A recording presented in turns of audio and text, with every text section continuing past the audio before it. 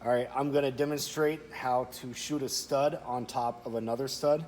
This is a 3/4 by 6 3/16.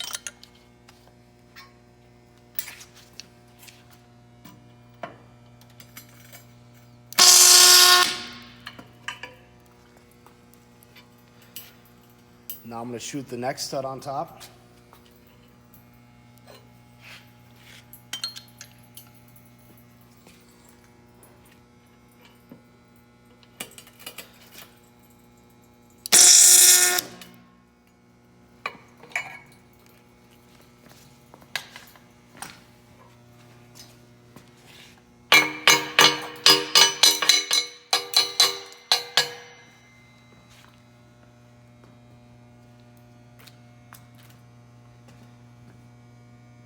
And that's how you do it.